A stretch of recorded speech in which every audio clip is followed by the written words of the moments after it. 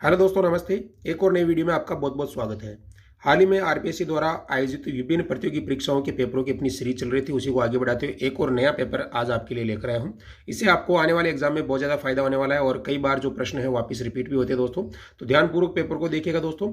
और जिन्होंने अभी तक इस चैनल को सब्सक्राइब नहीं कर रखा है, नीचे लाल कलर का बटन है, उसे दबाकर चैनल को सब्सक्राइब कर लीजिएगा दोस्तों। और डिस्क्रिप्शन में टेलीग्राम चैनल का लिंक है, उसे भी जाकर आप ज्वाइन कर लीजिए ताकि वहां पर स्टडी मटेरियल और पेपर से संबंधित जानकारी आपको प्राप्त हो सके।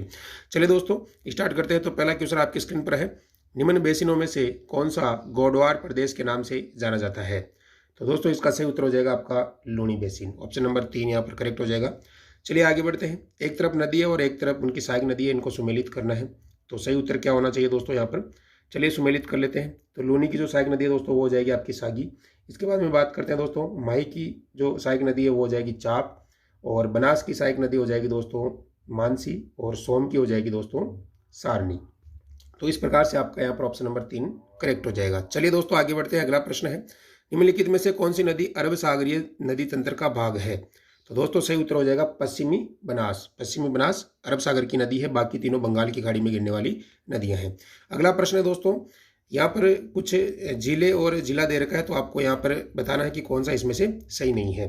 तो दोस्तों जो बाल समंद है वो राजसमंद के अंदर नहीं है, तो कमेंट करके बताएं दोस्तों बाल समंद जो झील है वो कहाँ पर है। बाकी फाई सागर अजमेर में है, सरदार समंद पाली के अंदर है और गेप सागर डूंगरपुर के अंदर है। चलिए आगे बढ़ते हैं। नेक्स्ट क्वेश्चन देखिएगा दोस्तों, आपकी स्क्रीन पर है, एक तरफ अभ्यारण्य है और एक तरफ जिला है, तो आपको यहाँ पर बताना है कौन सा सही नहीं है। तो दोस्तों बिल्कुल यहाँ पर जो केसर बाग है ये भरतपुर के अंदर नहीं है, आप सभी को पता है धौलपुर के अंदर है। बाकी बस्सी, चित्तौड़गढ़, सवाई मानसिंह, सवाई माधोपुर, ठीक है ना। थोड़ा ध्यान रखना दोस्तों, सवाई मानसिंह है आप जयपुर ना कर दो, ठीक है ना। और शेरगढ़ 12। चलिए आगे बढ़ते हैं। नेक्स्ट देखिएगा, वर्तमान में राजस्थान में कुल वन क्षेत्र का कितना प्रतिशत सुरक्षित वन क्षेत्र के अंतर्गत आता है? सुरक्षित यानी दोस्तों प्रोटेक्ट के अंदर कितना आता है? तो सबसे ज्यादा जो है 56% राजस्थान का जो हिस्सा है प्रोटेक्ट वन श्रेणी के अंदर आता है दोस्तों।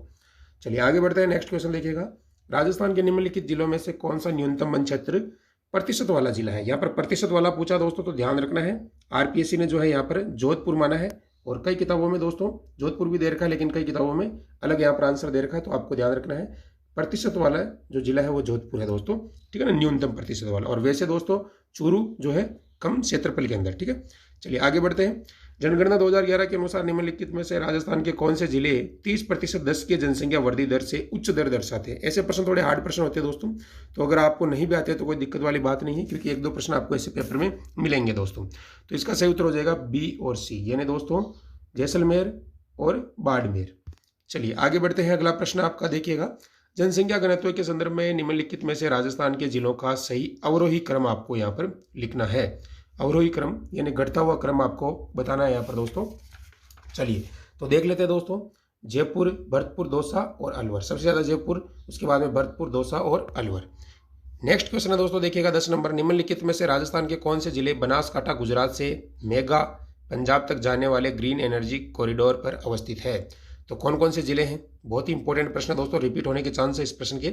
तो सही उत्तर हो जाएगा दोस्तों ए बी डी ई, यानी दोस्तों ऑप्शन नंबर 3 हो जाएगा यहाँ पर जोधपुर, इसके बाद में अजमेर, इसके बाद में बात की जाए दोस्तों तो बीकानेर और नागौर। यानी अजमेर नहीं है, बाकी यहाँ पर दोस्तों जो है सारे जिले इसमें शामिल है।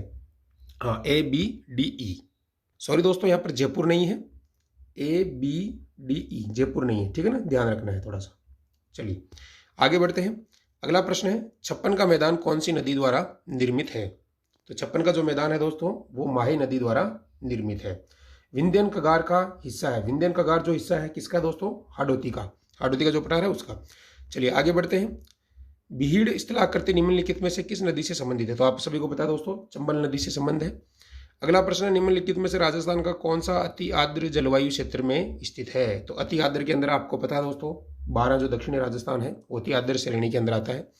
अगला प्रश्न देखिएगा दोस्तों, राजस्थान में शीत ऋतु में होने वाली भूमध्यीय चक्रवातीय वर्षा क्या कहलाती है? ये प्रश्न तो दोस्तों हर एग्जाम में आता है, आप सभी को पता है, माउट होती है और किसी के गलत नहीं होता है ये प्रश्न।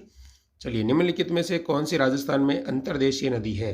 अंतर्देशीय नदी की बात की जाए दोस्तों तो कांतली। अब इसका मतलब समझ चुके होंगे दोस्तों आप, आंतरिक प्रवाह की नदी को अंतर्देशीय नदी कहा जाता है, ठीक है ना।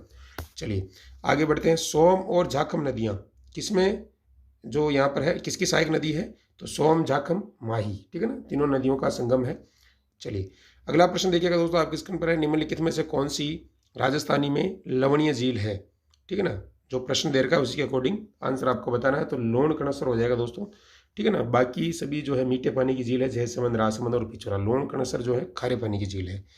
चलिए अगला प्रश्न देखिएगा, राजस्थान वन विभाग की प्रशासनिक रिपोर्ट 2019-20 के अनुसार वह जिला जिसमें वन क्षेत्र प्रतिशत सर्वाधिक रहा था। पिछला प्रश्न पूछा था कि सबसे कम प्रतिशत, और इसमें सर्वाधिक प्रतापगढ़। ठीक है दोस्तों, तो ध्यान रखना है दोनों प्रश्नों को ध्यान से, ठीक है। चलिए दोस्तों, वीडियो में आगे बढ़ने से पहले एक महत्वपूर्ण जानकारी आपको देना चाहता हूं। अगर आप भी कर रहे हो राजस्थान आरएस एग्जाम की तैयारी, तो अनअकैडमी पर सर्वश्रेष्ठ नाम से एक क्रैश कोर्स शुरू किया गया है, जिसमें इंडिया के टॉप एजुकेटर द्वारा आपको कंप्लीट तैयारी करवाई जाएगी। साथ में दोस्तों आपको PDF, notes, weekly quiz, doubt clearing session और भी अनलिमिटेड स्टडी मटेरियल आपको यहाँ पर मिलने वाला है। हाल ही में आरपीएससी द्वारा जो रिजल्ट आया था उसमें चयनित जो शिक्षक है उनके द्वारा आपको अच्छी तैयारी करवाई जाएगी। साथ में दोस्तों प्रॉपर गाइडेंस भी आपको यहाँ पर मिलने वाली है। तो आप अनअकैडमी का सब्सक्रिप्शन ले सकते हो। अगर आप एक बार सब्सक्रिप्शन लेते हो दोस्तों, तो आसानी से आप पूरी यहाँ पर तैयारी कर सकते हो विभिन्न एग्जाम की। तो सब्सक्रिप्शन लेने के लिए आप मेरे कोड का यूज कर सकते हो, स्टडी विद MK 70 का। लिंक आपको डिस्क्रिप्शन में मिल जाएगा, उससे आपको 10% का डिस्काउंट होगा दोस्तों। चलिए दोस्तों, अगला प्रश्न है, बाड़मेर में इलू जी की बारात किस अवसर पर निकाली जाती है। तो आप सभी को पता है दोस्तों, होली के अवसर पर निकाली जाती है। नेक्स्ट है, निम्न में से सूर्यमल मिश्रण द्वारा रचित नहीं है। तो कौन सी रचना नहीं है। तो दोस्तों ललित ललाम, बाकी वीर सतसई, राम जाट या छंदोमयुग, ये इनकी रचना है। अगला प्रश्न, निम्नलिखित में से कौन सा मंदिर गुप्त काल से संबंधित है। तो गुप्त काल से संबंधित कौन सा हो जाएगा दोस्तों, चार चौमा मंदिर कोटा। बाकी यहाँ पर देख सकते हो आप, सचिया माता मंदिर ओसिया जोधपुर में है, हर्षद माता मंदिर आबानेरी के अंदर है, और सोमेश्वर मंदिर किलाड़ू के अंदर है। कमेंट करके बताएं दोस्तों ये कौन से काल से संबंधित है। अगला प्रश्न है, एक तरफ संगीत है, संगीत घराना, और एक तरफ उनसे संबंधित कलाकार है। तो आपको मिलान करना है दोस्तों। तो डागर जो घराना है दोस्तों, डागर घराना आपका हो जाएगा बहराम खान, ठीक है। इसके बाद में बात की जाए दोस्तों, यहाँ पर है जयपुर घराने की, तो मंदरंग। और मेवाती की बात की जाए दोस्तों, तो मोतीराम ज्योतिराम, ठीक है। और अतरौली दल्लू खां, ठीक है। चलिए अगला प्रश्न देखिएगा, किस दुर्ग में प्रसिद्ध तोप किलकिला मौजूद है। जो किलकिला तोप है दोस्तों, किस दुर्ग के अंदर है। तो मेहरानगढ़ के अंदर है, जोधपुर के अंदर, ठीक है, किलकिला तोप। अगला प्रश्न, निम्नलिखित में से किस स्थल से मौर्यकालीन वास्तुकारी के अवशेष प्राप्त हुए हैं। तो बेराट से हुए हैं दोस्तों, जयपुर से। किस लोक देवता को कपड़े और मिट्टी के घोड़े प्रतिकृति समर्पित की जाती है। तो आप सभी को पता है, जो रामदेव जी है उनको मिट्टी के घोड़े या कपड़े के घोड़े ले जाते हैं, शुभ माना जाता है। रणकपुर का जैन मंदिर किसे समर्पित है। जो रणकपुर का जैन मंदिर है दोस्तों, वो आदिनाथ जी को समर्पित है। किसे है, आदिनाथ जी। अगला प्रश्न है दोस्तों, राई बुढ़िया और राई माता किस लोक नृत्य के मुख्य पात्र है। तो आप सभी को पता है, यह है गौरी के। नेक्स्ट क्वेश्चन की बात करें तो देखिएगा, मांगनियारों द्वारा प्रयुक्त वाद्य यंत्र कौन सा है। तो कामाइचा है दोस्तों, ऑप्शन नंबर 4 यहाँ पर करेक्ट हो जाएगा। जसवंत प्रदर्शनी किस शहर में आयोजित की जाती है। तो भरतपुर के अंदर की जाती है जसवंत प्रदर्शनी। डोल मेला किस शहर में आयोजित होता है। डोल मेले की अगर बात की जाए दोस्तों, तो 12 जिला। थोड़ा ध्यान रखना दोस्तों, साफ पूरा मत कर देना आप, 12 जिला डोल। यहाँ पर फुल डोल मेला नहीं पूछा है, ठीक है, केवल डोल पूछा है। राजस्थान प्राच्य विद्या प्रतिष्ठान का मुख्यालय कहाँ पर है। तो आप सभी को पता है, जोधपुर के अंदर है। अगला प्रश्न आपकी स्क्रीन पर है, अगोटिया आभूषण मानव शरीर के किस अंग पर पहना जाता है। तो दोस्तों आप सभी को पता है, जो अगोटिया है वो कहाँ पर पहना जाता है, जल्दी से बताइए। बिल्कुल कान पर, ठीक है।